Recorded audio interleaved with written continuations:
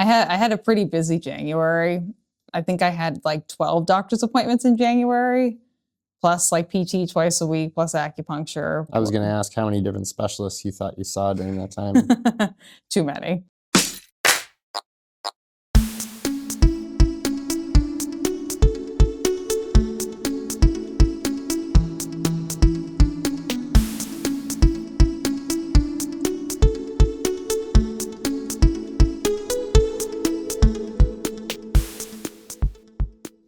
Welcome back to Runnah, the show about all things running on Cape Cod, Massachusetts, and beyond.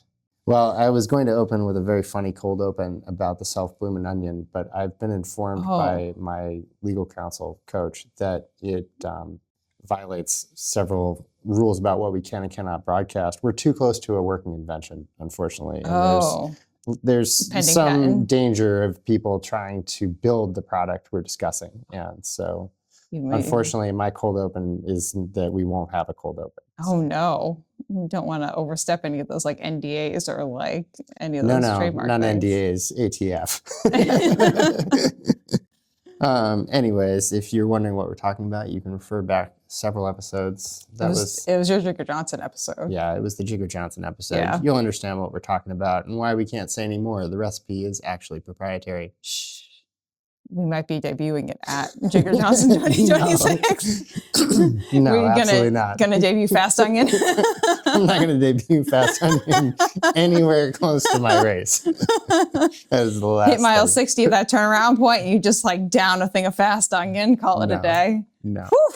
And we shouldn't really even mention the Fast Onion name. All right, so Fast Onion isn't a real product, but your injury was, and that's what we're here to talk about. Yes. Can you give us the 60-second overview of what occurred, what's going on in your life? Yeah. Catch us up. Yeah. So, I mean, the 60-second overview of like what happened is that I acquired a stress fracture from running in my ice spikes. I was too cautious, which is, of course, the way that I get injured is being too like over cautious especially when it comes to ice, because I hate ice. Well, yeah, let's return to that. Yeah, we'll come back to that. So ran in the ice bikes, thought I just like my foot was just achy from stuff, and then hit it on a rock when I was trail running, and that was pretty much the birthplace of the stress fracture, like being a full-on stress fracture, which I didn't even know it was a stress fracture until 2.5 weeks past that. So that's the beginning. Correct me if I'm wrong, but it seems like that sparks off a larger event or like a series of events maybe in your running. Oh, yeah. So take us through those real quick. Yeah. I mean, well, largely it sparked off me not running for about 2 solid months, pretty much, almost 2.5 months. And like, it's kind of like back-ended by all the stuff that was already happening to me before the injury happened. And it's kind of just compounded all of my chronic health issues into one very compact spot where like... Sorry to interrupt you, but if you were to give those an overview, how would you put an umbrella over those topics? You mean like what health issues I'm dealing with? Yeah, to zoom out. Yeah, I mean, well, currently I'm dealing with Ehlers-Danlos, which is a connective tissue disorder, so EDS for short, ankylosing spondylitis, which is a like joint. It's like, I call it fancy arthritis, but eventually my spine will fuse together and I become the Hunchback of Notre Dame. Very bougie. Very bougie. I am looking for a church to haunt, but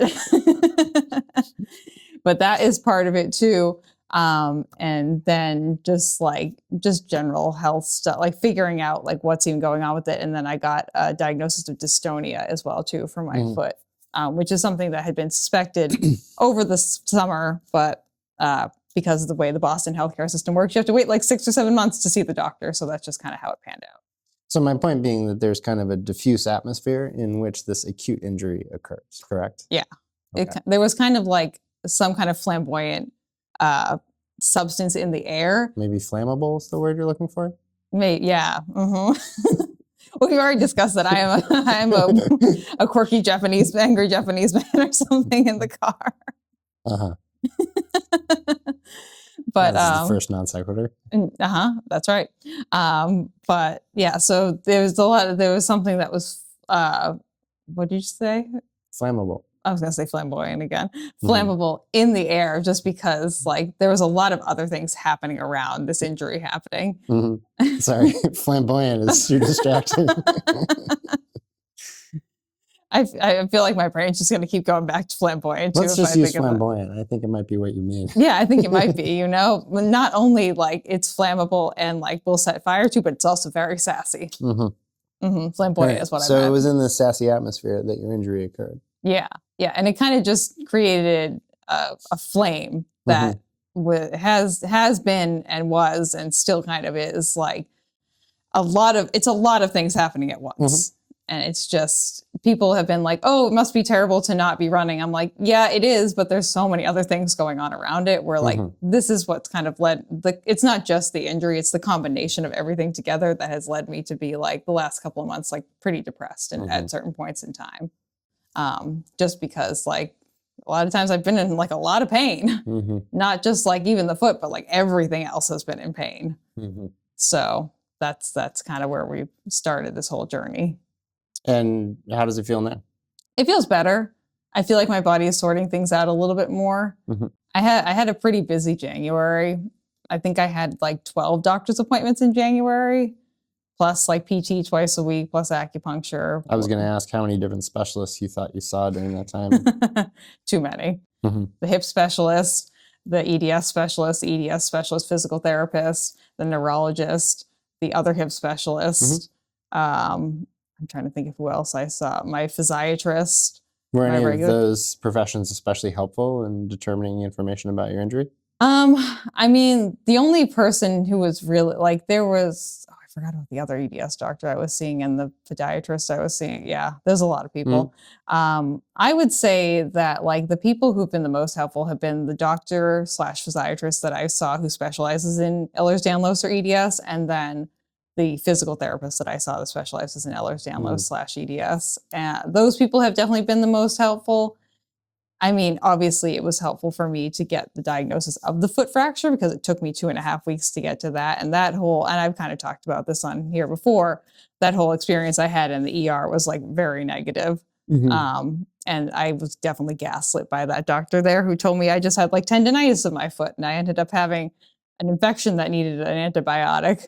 That responded very quickly to the antibiotic and was clearly an infection. Yeah, it's kind of interesting that individual from your description seemed to be living in a world where what they were saying was completely correct. And then to have it be so demonstrably false so soon after, it strikes me as interesting. I mean, it strikes me as interesting too, because I mean, that specific part of this whole equation was a pretty cut and dry diagnosis. Like it was something that if you're an ER doctor, you should have been able to like parse out that like maybe there's more going on here and potentially like an infection and a break, you know. It's neither one of those are like I understand that the Ehlers-Danlos is like a complex condition and not everyone even knows what it is. But like if you work in the ER, you should be able to diagnose a foot break, you know. And what exactly happened instead? They just sent me home with a cast and crutches and told me that it was some kind of like tendonitis in my foot and to just go home. And me being myself, I'm a big advocate for my health, obviously, because if I wasn't, I'd probably be like one of those weird little creatures in Ursula's lair that's like kind of looks like a weird sperm. It's like, or kind of like the starfish, perhaps. Yeah, I could be Dottie. Yeah, I'm nice and dried out on the sand. Fossilized at this point, but but I went home immediately and I followed up with my PCP and I was like, I think there's something else going on here. And he was the one who prescribed the antibiotic and then ordered the MRI. And then we got to the diagnosis of the foot fracture and the infection. So, but if I hadn't followed up, we probably would I don't know where I would be right now because the infection probably would have just gotten worse and I probably would have ended up in the ER again. In worse condition, to be honest. So that's kind of where we were. Yeah, so maybe a good plug for advocating for yourself. Oh yeah, there's never a bad plug for advocating for yourself. You should always advocate for yourself. Even if it seems like the person you're talking to should be more expert than you maybe come to believe that they are. Yeah, I mean, I would say the thing that happened like in the ER the gentleman who I interacted with, the doctor, was not very kind. That's what I remember. Yeah. I wasn't there, but I remember the description afterwards, just sort of being confused about whether maybe he thought he mistook you for someone else. Like, Possibly. that's the only explanation I've come up with, is that he thought he recognized you and was wrong. Yeah, I'd never met him before in my life. Like, right. And I've worked at Cape Cod Healthcare before, and But he seemed to think that he had met you many times. Yeah, he seemed to think that he either, the way that he presented himself, it sounded like he either thought I was someone else and he thought he knew me, like I was a repeat offender in the ER, which I have been to the ER a fair number of times. Right, but like, not to see this doctor. No, and never for this either. I've never been there for my foot. Or he, like, a lot of people with chronic illness who like need a lot of healthcare professionals help kind of fall into this sometimes, where you just end up seeing a lot of specialists, kind of like I did in January, where like at the end of like all those doctor's appointments, there really were only 2 people that I actually needed to see. But all the other people in the midterm of it are trying to help me out, or I'm going to see them and they're like, I can't help you. You need to go see this other person. But it still counts as like a doctor's visit. They still a note in there. And so it can kind of look like you're like attention seeking, and like, what's that medical condition where you're kind of just like looking for. I don't remember the name, but I know what you mean. You're seeking attention from medical professionals just because like there's nothing actually wrong with you, but you want that attention from medical professionals. Which is maybe a true thing going on, but in this particular case, you come up with a acute diagnosis just after this, which is that there's been a break in the actual bone, right? With an MRI to prove it too. Yeah.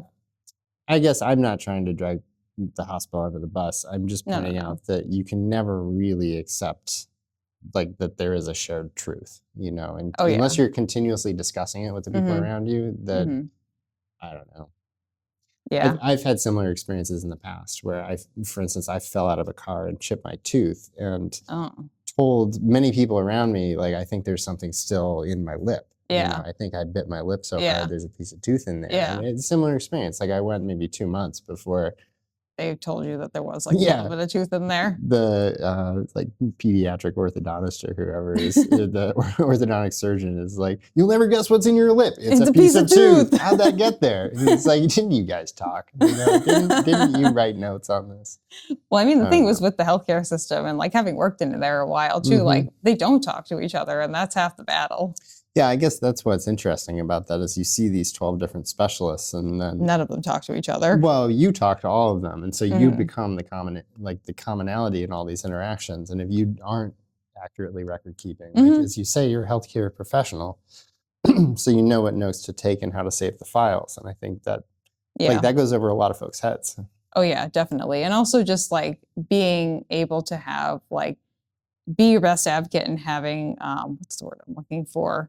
Autonomy over like your medical decisions. Like it's like, and I was talking to someone else about this the other day too, because they were saying like, oh, I think my depression meds are too high. Like it's not helping me. I was like, you can just take less of them. Like you don't have to wait for the doctor to tell you that. Like your own body the best. Like I'm like, again, listen to your healthcare professionals and take their, like if you take their information and take it with a grain of salt, but like listen to them.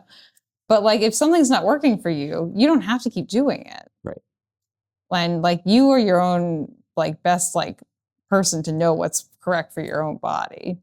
You also have to understand if you're in like an altered mental state, like maybe don't make those decisions. But like, if you are mentally with it and you are like, hey, this pain medication is too high for me, it's making me really drowsy, like then just take half of it and don't take the whole thing, This is not medical advice, nor are we doctors. No. We're not even medical professionals. We're just people who went to CVS once. I'm a dietitian. She's a dietitian. I'm a dietitian. Given that we bear no real professional responsibility for our words, let's move on to other topics.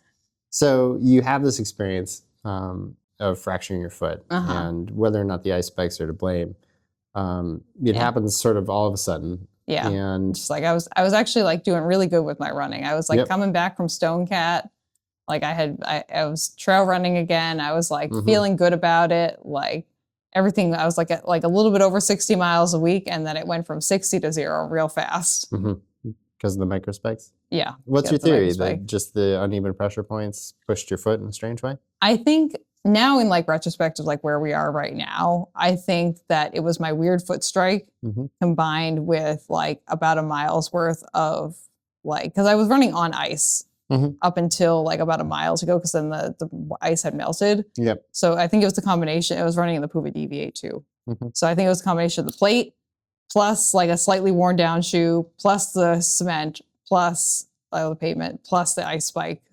Yeah. Just too much on that one like point of contact. Yeah, it's interesting because intuitively, I think it makes a lot of sense to put a plate together with an ice spike as a way Yeah. to shield your foot from. That's what I thought too. Yeah, so it doesn't seem as gratuitous, perhaps, as adding them to the Saucony Hurricane 25, for instance. This is 24. Well, you could have fooled me. Anyways. Shoe nerd.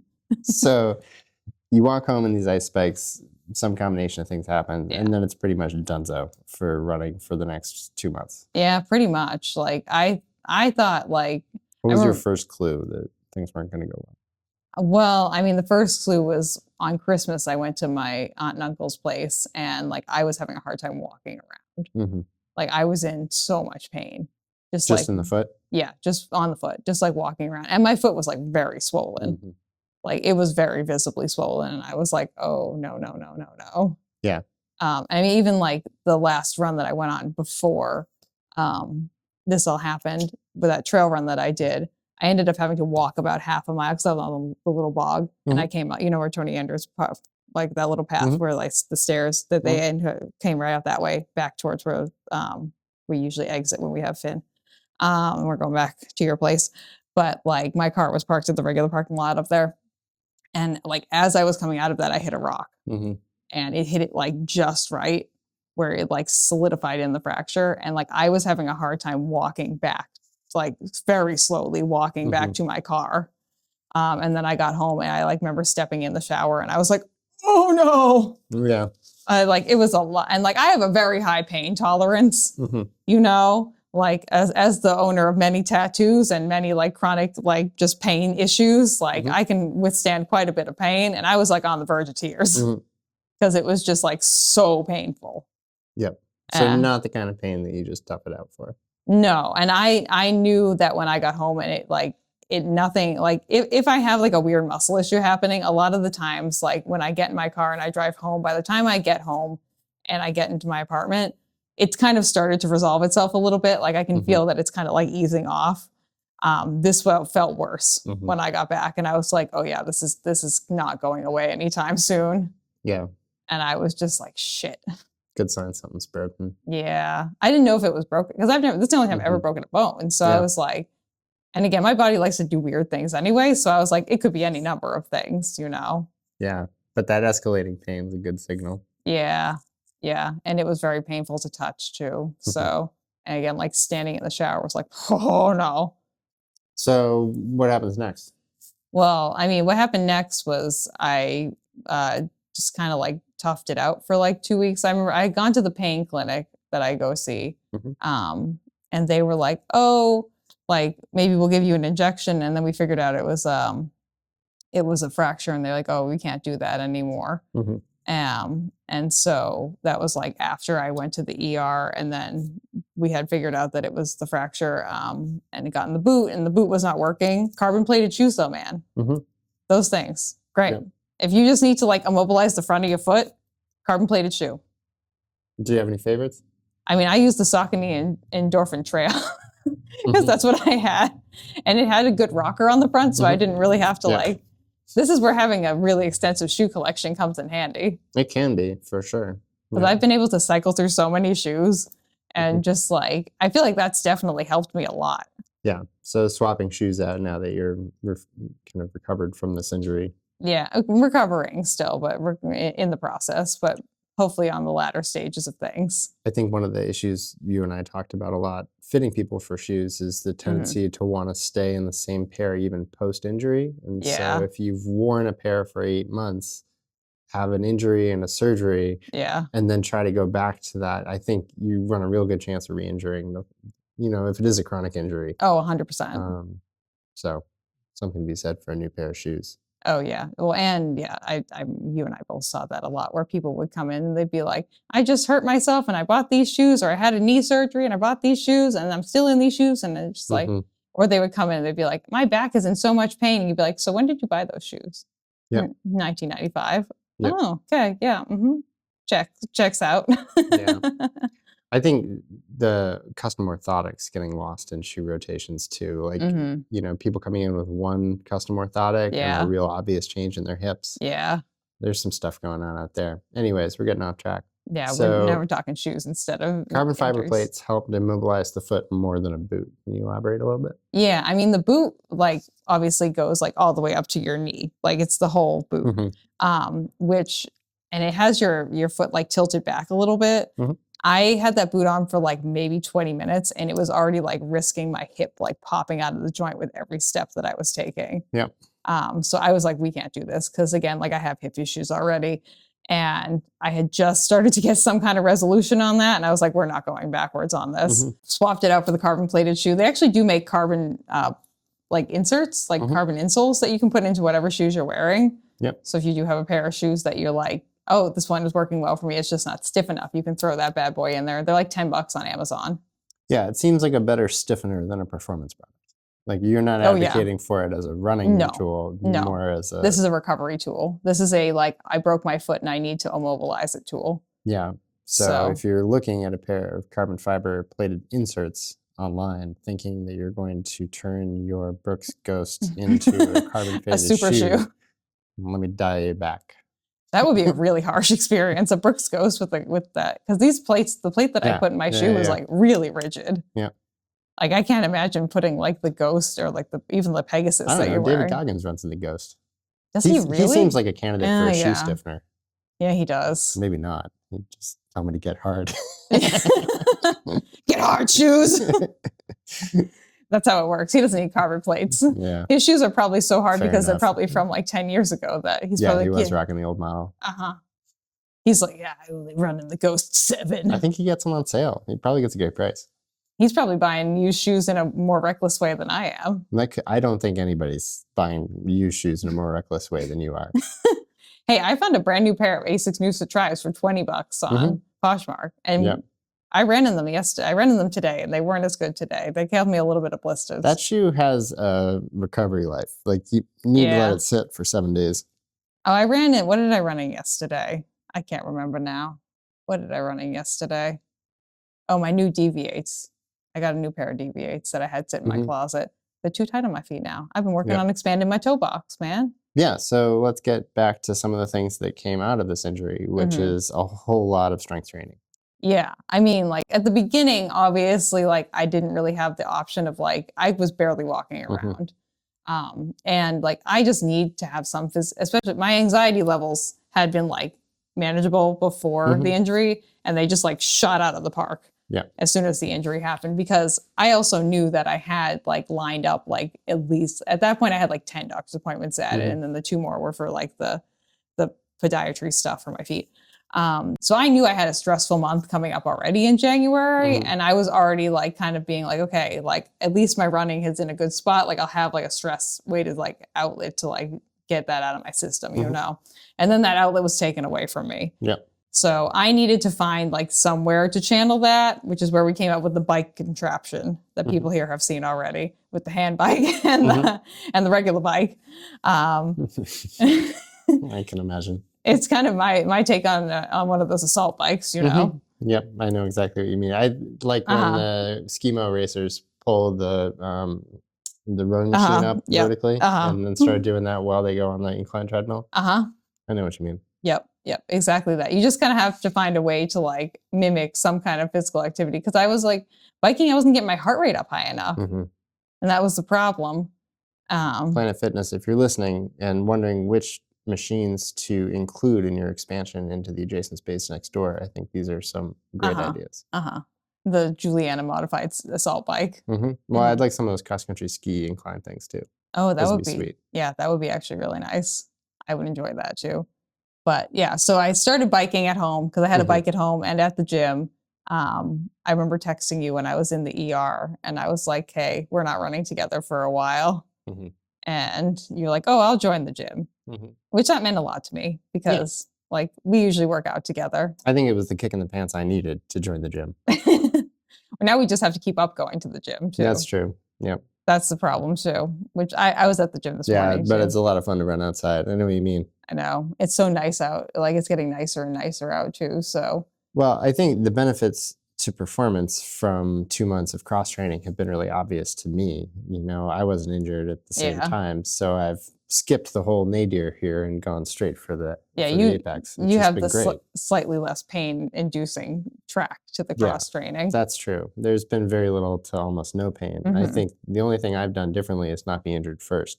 Yes. You've actually, I think, worked out a little bit harder in the gym, and you know, you've definitely put maybe 2x the hours I have into it. Probably. But again, because you had that injury, so avoiding injury might be an interest. Well, the ice spikes are not coming out ever again, so like that's kind of the end of that. Maybe not in this terrain, but I think there are a lot of places where the ice spikes make sense. Yeah, if you were like hiking up in the mountains, I think they would make sense. I mean, even up to April and May, you're going to face ice on some of the top peaks in New Hampshire, for instance. And if you don't have something like ice spikes, there's really no way up because to get up there. The trails create these ice chutes. I mean, they're even shaped like slides.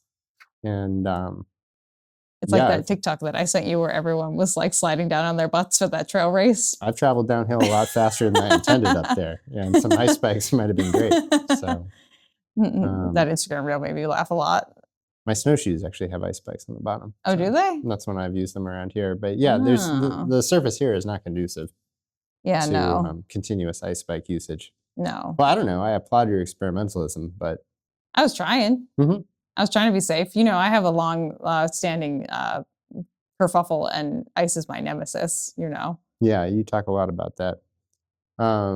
Well, I think it's just interesting too, because I've had two like pretty major, like we're leaving the GI surgery out of this because that was not like an injury, but I've had like two major injuries when I've been running, both of which have actually spawned the discovery of me having a new like chronic health condition. The first one was when I slipped on ice and slammed my knee and discovered I had ankylosing spondylitis. And then this time it's been interacting with ice via the ice spikes and like kind of coming to the full like circle conclusion that I have EDS. So right, and along the way, there was also this diagnosis of dystonia, which for those folks who don't know is basically a difficulty in feeling your feet. Is that correct? Well, it's involuntary muscle contractions. So it is a overfiring of a muscle because the version that there are many different formats of dystonia. I have focal dystonia, which just means it's focused on one specific muscle set. And it's a task-specific dystonia, which means it only happens when I'm performing a certain task, which for me is running and walking.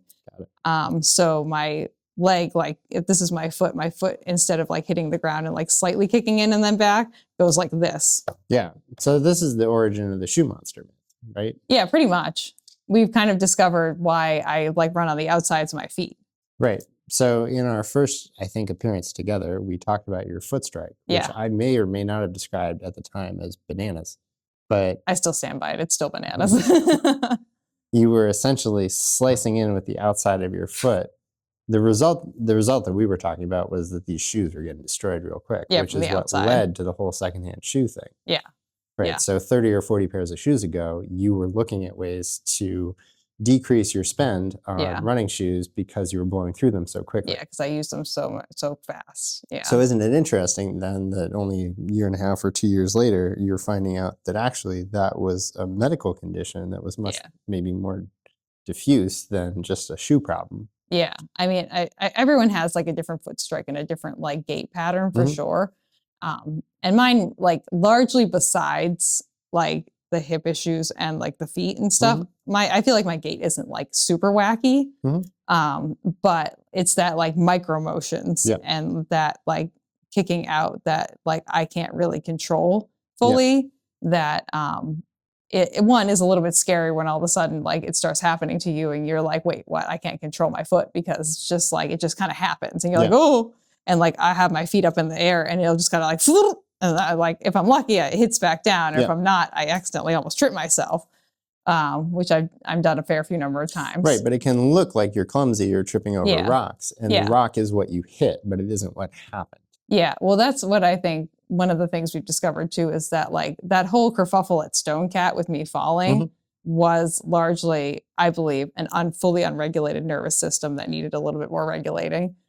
combined, which that's directly, it's a neurological condition. So that's directly related to the dystonia and like an exacerbation of the dystonia too, which would make sense why I was like, I don't know why I fell. And all of a sudden, like I'm on the ground because like I can't really control my foot fully. Yep. And it makes it even worse when like I'm like more stressed out. Like that's something that will exacerbate that type of condition. So it seems like one lesson from all this is not to overprotect yourself from things that might terrify you, such as ice. The other day we went running together and you said no trails because of X, Y, and Z. Because of rocks. And then my dog proceeded to trip you up and you almost did a Superman onto the pavement. Yes. So it seems like we're in an interesting little constellation of injury and cause here where there are some things that are controllable, some things that aren't controllable.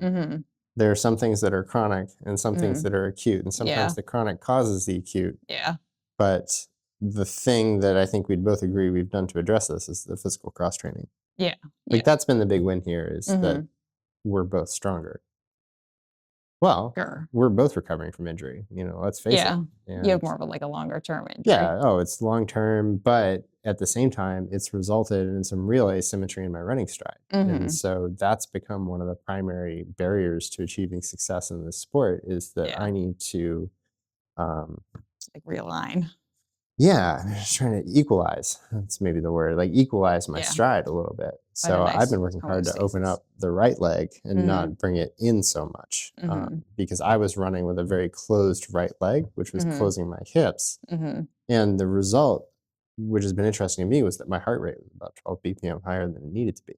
Oh, because of your leg? Yeah, so my zone 2 was happening at a different speed even because the inefficiencies in the body mechanics were such that it was working harder to travel slower. So now with an easier stride to execute, I'm spending less energy and my heart is beating more slowly at slower speeds. That's interesting too, because I was looking at my heart rate data for the last runs that I've been on. And I've largely been training the last 2.5 months on the stair stepper in the 170 to 180 heart rate zone. And my heart rate now when I'm running a 9-minute pace is 150. I'm like, that's actually lower than it was before. Right. So, because I think I was probably before with just running, I was probably skirting in between the different heart rate zones and not really realizing it. And now because heart rate data has been the main way I've been trying to keep up my running fitness. I've been pushing it higher than it has been. So I actually have a higher aerobic capacity now, I feel than I did previously. Well, I don't think either of us is the professional to get into this with, but one thing coach has been advising me to do is to not run at the top end of that threshold so much. So rather than chasing, surges or bursts. Yeah, real bursts of speed. I'm now finishing around with more left to run, but not doing it, and then going a little slower through the end, and just not fading. And that strikes me as being much more like your original running style, very metronomic and kind of just kind of hitting a pace and staying in that zone. I think it'll be interesting to see over the course of the next 6 months of racing, should you choose to get back to it, that, what types of performances we put up relative to who we were a year ago, given the advances we've made. I think in your case, it might be a little hard to compare because there is that injury, but you can at least tell how close are you getting back to that baseline? How do you feel? I think for me too, it'll be interesting to see because I've only really started doing the pelvic floor therapy stuff for the hip issues a month ago. And I feel my form and even when we were running together on, what day is that, Wednesday? I didn't experience any spaghetti leg. Yeah. Which is great because usually spaghetti leg hits me around miles 3 to 4. Yep. And I didn't hit any spaghetti leg this time. And I didn't hit any spaghetti leg today either. And you described kind of a firming up of the lower abdomen, of really thinking of almost the bottom of a corset over kind of right over your hip and pelvic area. Yeah, well, because I was ripped in half when I had the colon surgery, so we got to things back together. That makes a lot of sense. I think the observable change has been a much straighter back and neck. You're much more upright, and I think intuitively that breathing is going to be a lot easier. Yeah, I've noticed that too, that like my breathing is a lot better. And I've really been focusing on like, and we talked about this the other day too, like breathing out. Because I realized that like part of the whole like pelvic floor stuff is like getting the full breath in and getting the full breath out and like letting those muscles relax. And I've been like, because I can talk for like 2 minutes without taking almost a breath. continuously. Yeah. Yeah. I have enough breath capacity where like I can still maintain running even if I'm not fully taking a breath in and letting it all out and like using my whole lung capacity.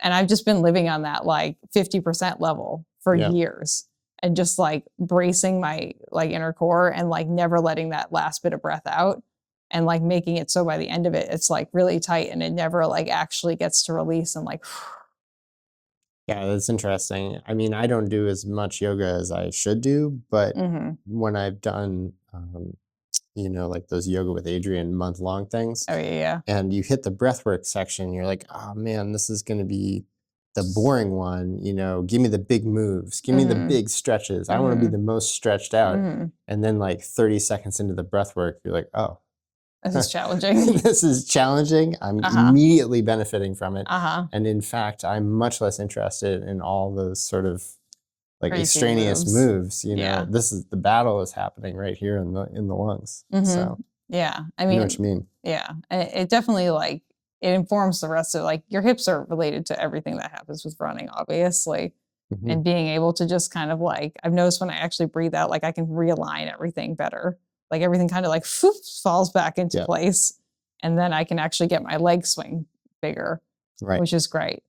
So it's definitely been like a learning journey, big time. Lots of like figuring things out as I go. Lots of strength training, too much PT, so much PT.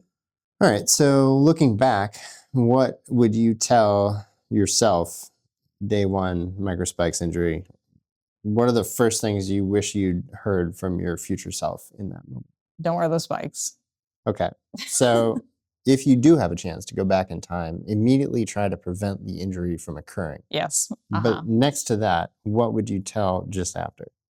I would say that you have a really good support system around you and to lean into that. Like, I mean, obviously you're very much so included in that, Ben. Thanks. Nicole too. But like I have a really wonderful like group of people who I count as like my found family and my friend group. And everyone's been really kind to me and continuously remind me. I do have that picture on my wall that you guys gave me. And I look at it and I say, Juliana, things are bigger than running. I said, that's right. I have little Ben and little Nicole that live in the back of my head sometimes. Usually little Ben is going, Not saying too much at all, but fortunately the little Nicole is a little more talkative. Yeah. She says, don't be mean to your inner self. But like I have a really great support system around me and to just like kind of like don't feel guilty like leaning into that and lean into that if you can. Also again, like advocating for yourself, like continue to advocate for yourself because only you know your body the best. And that like that I can get through it, you know, like it's not easy in any capacity. And also that like progress isn't linear. Right. And I have to keep reminding myself of that. Like even today, like I got back from my run and like this calf started cramping up again. And I was like, oh, damn. Once again, here we go. Like I had a good run and I had like a MAC run and then I had like a MAC run. And it's just like, you know, it's kind of like you're just riding the wave constantly. And I know this with having like all my weird chronic illnesses and stuff, like nothing is ever static. But like if I can like hopefully like continue to make like at least like minimal positive progress upwards, like that's a good thing for me. So my understanding was you're going to delay London a year. Yes. Is that still true? Yeah, it's not responsible for me. I only have like a month left to go. But my understanding is that you can bump yourself to the next year. Yeah. So you still get an opportunity to finish the World Marathon Majors, correct? Yeah. Yeah. All right. That'll be my 6th one. In the meantime, are there any fun goals coming up for you that you're excited about? Well, I did sign up for Flat Rock. So hopefully I will be in good enough shape to run 6 hours because it's a 6-hour race. Any distance goals for that? If I can do 35, that'd be great. Which doesn't feel like fully unrealistic to me. No, right? We did 32 in 5 hours. Yeah. So I just read, I'm interviewing the guy from Mass Ultra, the website that documents all the ultra stuff in Massachusetts. And I found myself in his thing from last year. I was like, oh, my name is in here. That's fun. Well, it sounds like you might get your name in again. Maybe. I'm looking to maybe see if I can be like a regular contributor. I think that would be fun. Um, but yeah, I feel like it's not unrealistic given the fact that I feel like given my heart rate data, like I feel like I'm in a better place with that. And I'm definitely stronger than I was then too. And when is that race? June. June? Yeah. Nice. So I have like 3 months to build up to like getting to that point. Yep. But again, we come back to the fact that like I go on a good run and I'm like, yes, everything is great. Everything is going to be perfect again. And then I have a bad run and I'm like, oh, damn it. I'll never run over 6 miles ever in my life. And it's just kind of that like that up and down that like. So knowing that you're on a roller coaster now, yes, what would you tell your future self showing up at the start line? That I put in the work and that I think I can do it. And I'm also like, I would consider myself like a mentally strong human, you know?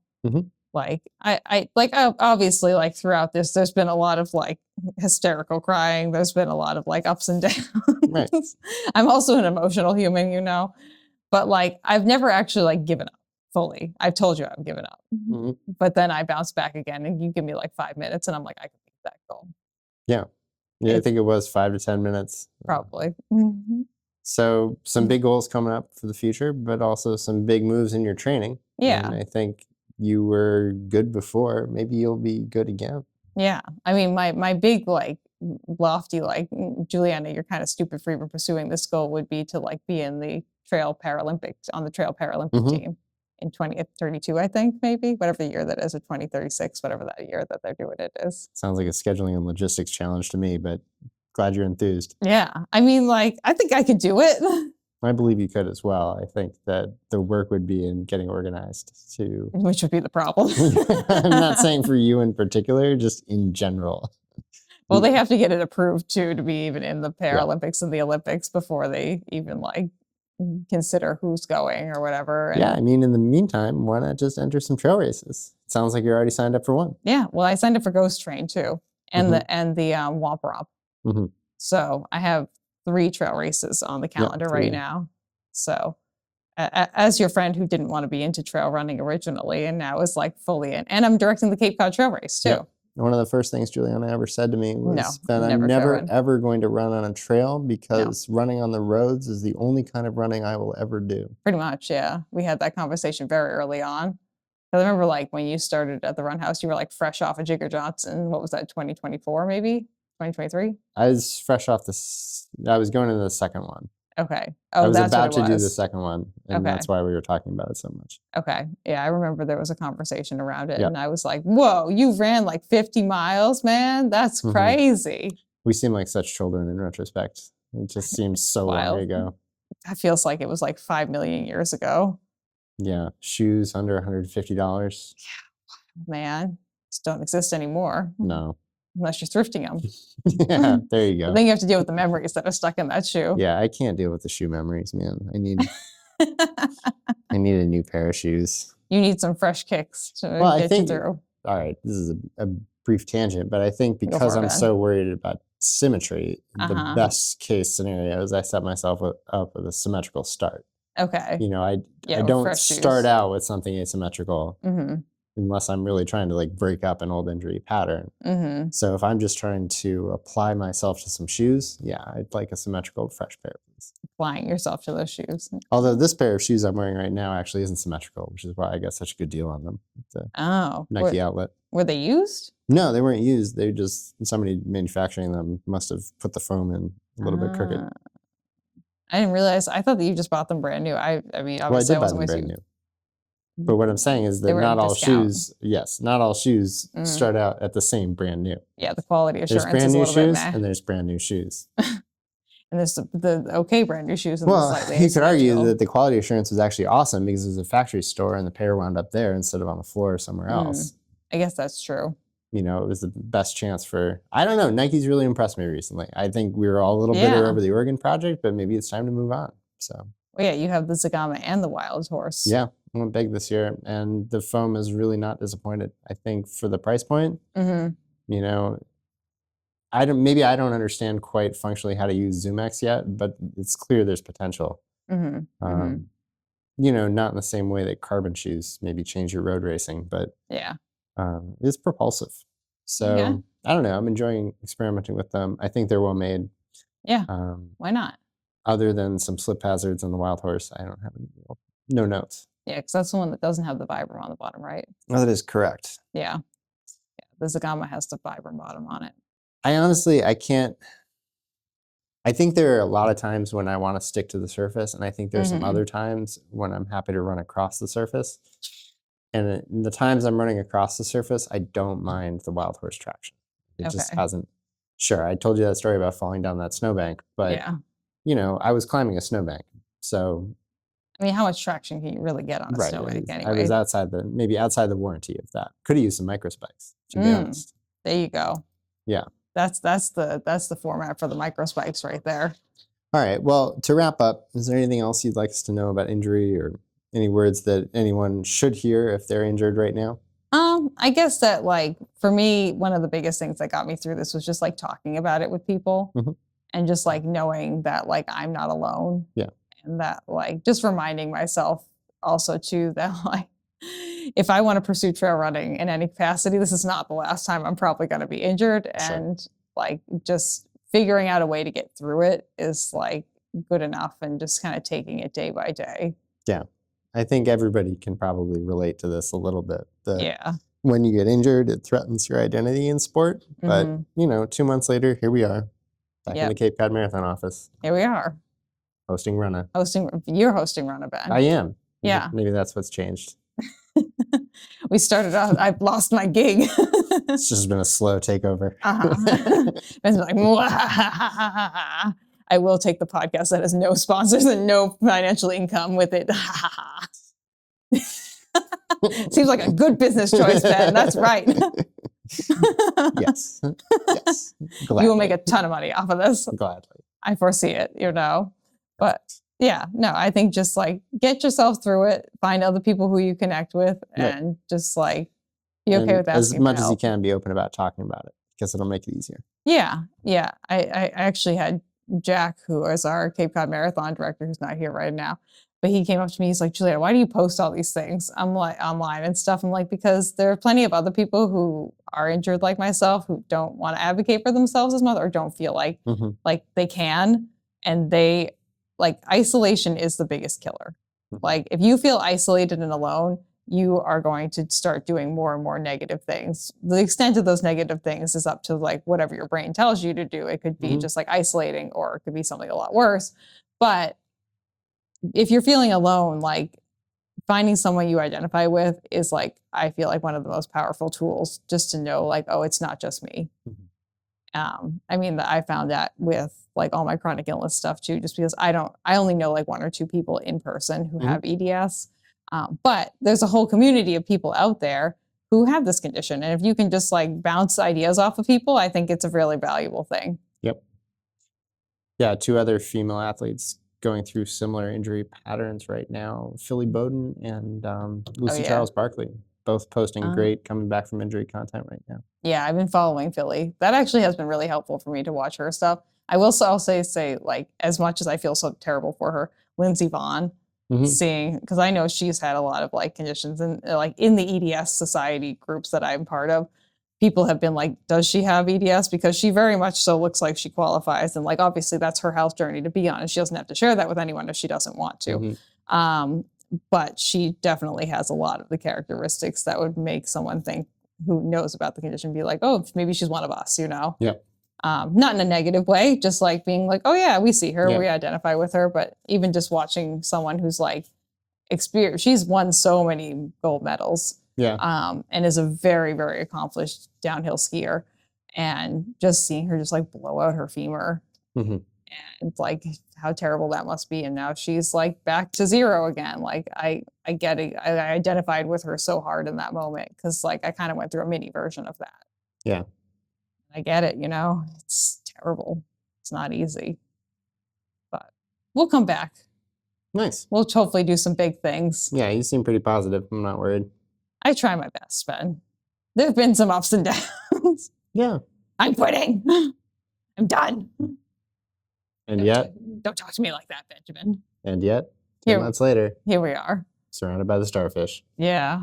I will say one of my faults, like not in a bad way, but like I am just like the person who like I can't you can't keep me down for too long. Like I just like as soon as I hit the bottom, I'm like brainstorming how I'm gonna move back upward within like 10 minutes. It sounds like a really positive characteristic. I mean, hopefully it'll help me when I take on more ultra distances where like I hit that like rock bottom point and I'm like, but we can still do it. Yep. I think one thing I've noticed that's helpful is a lot of the best quitting points are still miles away from the parking lot. So, you know, you could quit, but you still have a long hike. So you might as well just keep going. That's what happened at Stone Cap. That's how I got to 27 miles because I was like, I went back out and I started to try and run again.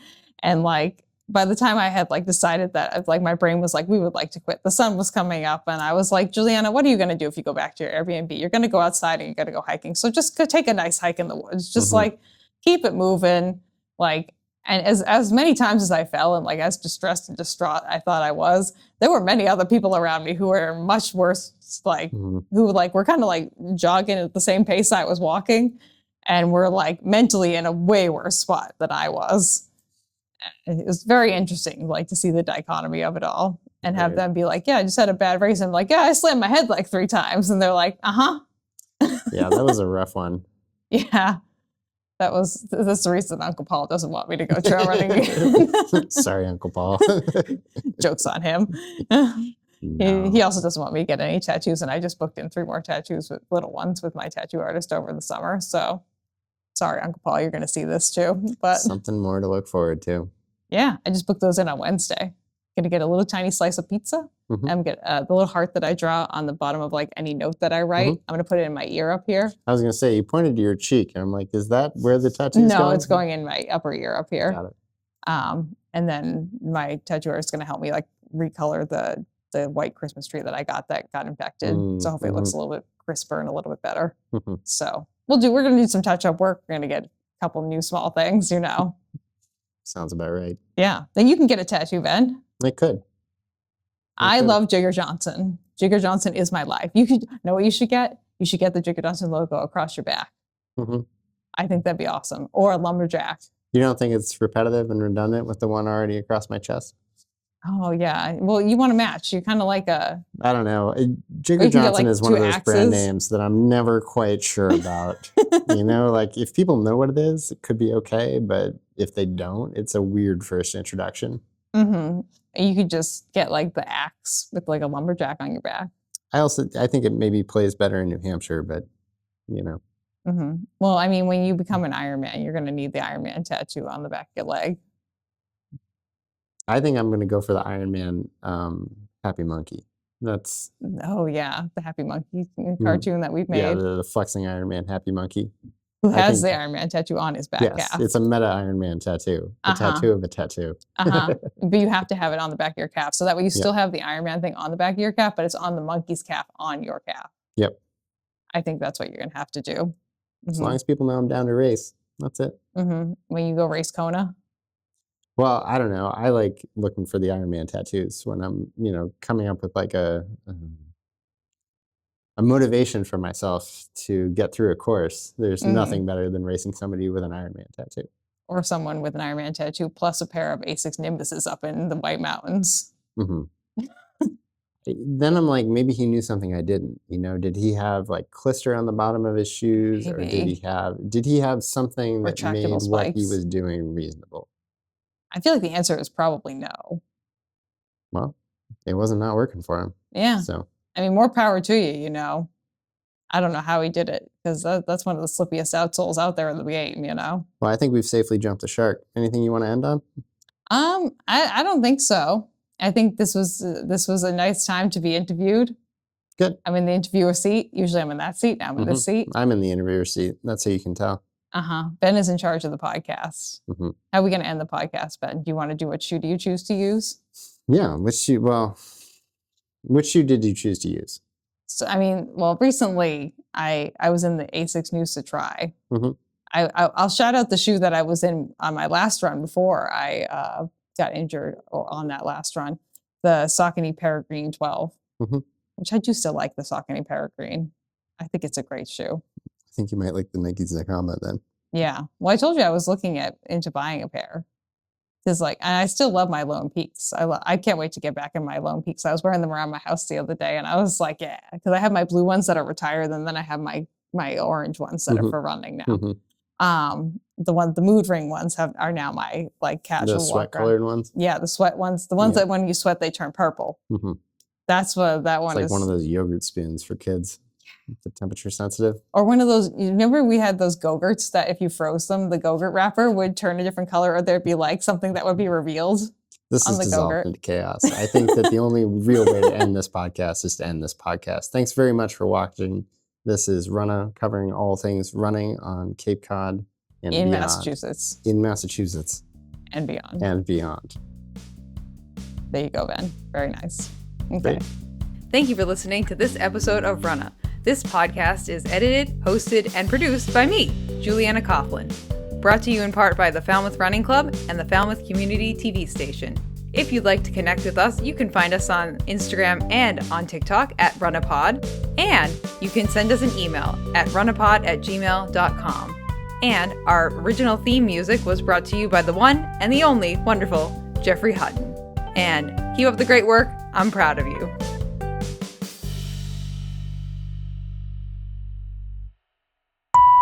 Hello and welcome back to Runnah, the show about running on Cape Cod and beyond. How'd I do? That was close enough. What do you mean close enough? I thought that was word perfect. Yeah, I think that was Cape Cod, Massachusetts, and beyond. It's kind of an interesting preposition because it implies that you're on Massachusetts. I mean, we're on the Cape. I think it feels more real, closer to the ocean, but in Massachusetts might be another way to frame it. In Massachusetts, on the Cape and beyond.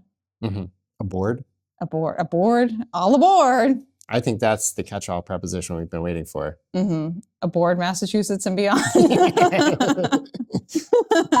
Anything else you got to say? That's it? I think we should wrap it. Otherwise, this is going to become a string of very random associations that both of us have, but nobody else shares. Then no one else. People who watch the bloopers. People actually do watch the bloopers. Which I think is funny because a lot of it is just our inside jokes just and things like that. Just pure vengeance scent. They're like, I hate watching this right now. I can't believe Juliana and Ben did that again. How dare they talk about Fast Onion once again? I forgot that it was called Fast Onion. That's a better brand name than the one I was brainstorming. What was your brainstorm name? McFuries. Well, that's a separate thing. Okay, it's recording, so that way I don't have to worry about that. Sounds good. I'm nervous about being on your show, Ben. Good. You should be a little nervous. What if I say the wrong thing? You'll have to cut it yourself later in editing. I'll have to edit it myself. Yeah. Okay. Well, I assumed you were going to. I'm certainly not going to. No, I will be editing this. Right. I assumed you weren't editing it. No, don't have the patience. No. I'm Irish. I'm 90% Irish, which is going to be good because I'm going to Ireland soon. Irish. Yeah, but we can't even cover that even in the hypothetical, not with the camera rolling. No. It's strictly verboten to talk about fissile materials. If you made a McFlurry, what was the you call it again? I can't even tell you. Would you include, is it like a McDonald's flurry? Is that what it is inside of a shot? No, it's a McFury. Yeah, but is it angry? Yeah, but to me, that sounds like it should be a spicy McFlurry in a shot. Like spicy cake. I think we've gone from dangerous to copyright infringed. And I think that this is thin ice. Thin ice for a show, ice spikes. limited budget and low legal aid to pursue this territory any further. So Fast Onion it is then. I think Fast Onion is the safe choice. We just got to juice some onions and add salt. That would be pretty funny to add that to the trail race repertoire because I have that ability that I could do that now. So there, you show up at the aid station and there's just chips, candy, and sauteed onions, and no explanation. All right. Actually, no, it'd be onion juice. I don't know. If you put out, I'm curious, if you put out a tray of caramelized onions, if anyone would eat them. I think honestly, the answer would be yes. I think people go down the line, they're like, all these things are trail foods. Context leads me to believe that these are also trail food. That sauteed onions is indeed a trail food. I think that I could package up. All we got to do is we got to blow through enough of those like little pickle juice things, so that way we have the little like containers to put the fast onion in. And then we just got to boil down some onions, like, or saute them, and then add salt, and then put it in the little shot things. I think unblended. I think there should be Just the pieces juice. of real onion so that you know it's real. Just coughing up onion. It's like a worm going down your throat.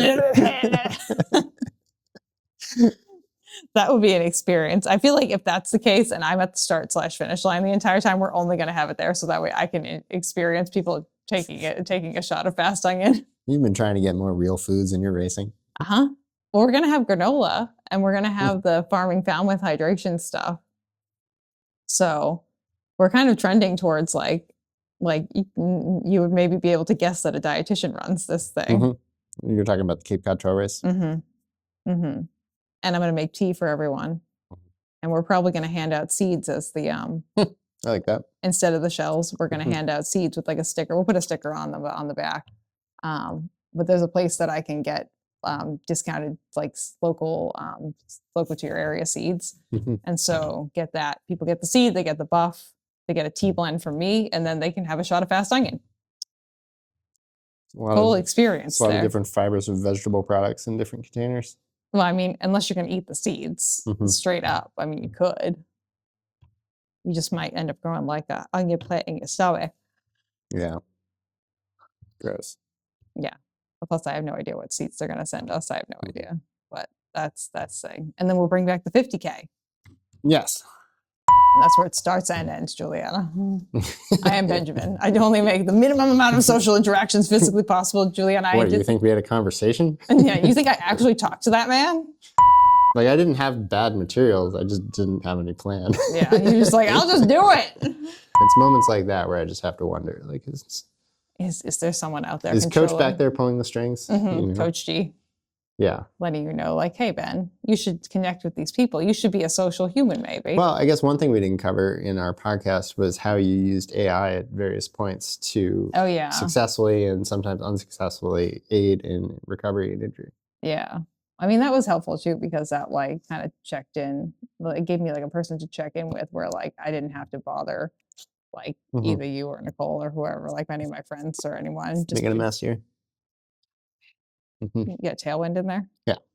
Getting that high carb fuel on it. You're wasting it. Yep. Don't waste that. Expand from UPS. Ooh, he's delivering things. Yeah, I mean, I feel like that was helpful. I feel like as to a point, like it was good. Like I'm still using it to organize my health data. And like anytime I have a doctor's appointment, I think Nicole has been doing this too, like feeding the note from the doctor into ChatGPT, into Geraldine. Because then everything is organized for me and it's been very helpful writing up a health history for myself. Yeah. Just because, again, I'm seeing so many separate doctors and like being able to be like, okay, this is what they said, and just like show up to a doctor's appointment being like, okay, this is what's going on. Yes. Yeah. So it's not replacing your doctor. It's augmenting your own ability to describe what's going on. Yeah. It's working as a virtual assistant for me, essentially, to kind of like make sure that like I'm not losing anything when I forget to do something, or like if I want to go see a certain specialist and I can be like, okay, I'm going to see this specialist. These are the things that I need them to know. And it'll pull in that plus the other things I've already fed into it to like write like a little summary. That seems like a pretty good system. It's working out pretty well for the most part. Would you ever consider helping other people build similar systems, maybe who weren't so comfortable with artificial intelligence? Yeah. I mean, I would definitely help people with that. Like, that's not something that's like out of the realm of possibilities in any capacity. I don't have like a specific like GPT model that I've created. Of course not. Yeah. So there's no way for me to like exactly replicate what I did. No, like, but if people showed up with their own health data, it'd be pretty straightforward to organize it that Coach could read it. Yeah. Yeah, I've been doing the same thing with my heart rate data now that I have a heart rate monitor. Yeah. And it's been incredibly helpful in planning workouts. And I use it for like an after action report on what I've done in the workout. And as you've seen, usually I get like a strong scolding of that. You know, you didn't eat exactly the right amount, or you did eat exactly the right amount, but you didn't run the exact right pace. But your pace is a little bit off. Yeah, like, I don't know. I appreciate that it's able to frame a lot of feedback without a lot of hurt feelings. You know? Like, well, you're like a data-driven human too. Like you really like having that, like the evidence. Like, I think I've been a really like a mediocre athlete to coach, though. You know, and I can think I back feel like to, Coach makes that very clear. well, but a lot of the things that Coach makes clear are things that other coaches have also known and tried to tell me, and because it was coming from a human being, you didn't really I was absolutely not listening. I would do the opposite of what you told me. But for some reason, hearing it from a computer, I don't know. Like, I know the computer's impersonal, so. I feel like for me, like one of the problems that I've come across when I'm feeding it like my injury data is like me getting mad at it because it'll tell me what I don't want to hear. Yeah. And I know it's just feeding me like data, and I'm just like, I don't want to do that though. Right. Like I don't want to rest more. And it's like, because like I guess the only challenge I have with it is it doesn't catch the nuance of chronic illness. And it doesn't really understand like all of like the nuances that come with my body, because only I can understand it, which is totally understandable. Like I can't expect a person or a computer to understand like all the nuances that come with like, sometimes I just like lose feeling in this finger and I don't ever talk about it because it just happens, and it's nothing new about it. Or like with the dystonia thing, it just happens. I don't really like have too much control over it. But like it, I would just get mad at it. I yelled at it a couple of times. And I was like, I don't fucking want to keep resting. Shut up. Shut up, shut up, shut up. Well, and you didn't, like I yelled at you about this too, and you also didn't listen to me. So you've been very consistent about not listening to anyone and have input on your rest schedule. So I think you've been incredibly consistent. Yes, correct. Thank you, Benjamin. Yeah. I thought I had made a point to you about taking some time off and really focusing on recovery. And I only biked for those days. I know. That's what I read about on Strava after your 90-minute cycling activity I'm finding out now was a Franken bike you built yourself out of two different bikes. Well, largely that was because that was when I was in the cold in my apartment and I needed to keep warm. Right. We did have a significant power outage during this time. So I was either going to be like walking back and forth to keep up my warmth, which was not really advisable in like my small apartment. Yep. Or I could just sit on the bike and like bring up my body heat for a little bit. Yep. So some watts. Yeah, that was more of that side of things, just kind of like trying to keep warm. And I had very high anxiety levels at that point too, so I needed to get it out of my system. I was going to implode if I didn't get energy out of my system, Which normally I would have just gone for a walk, but as you might have noted from the snowstorm we had, that was a little bit impossible outside. Yeah, without snowshoes. Yeah. Sure. Well, especially in the middle of that storm too. Like that was pretty wild.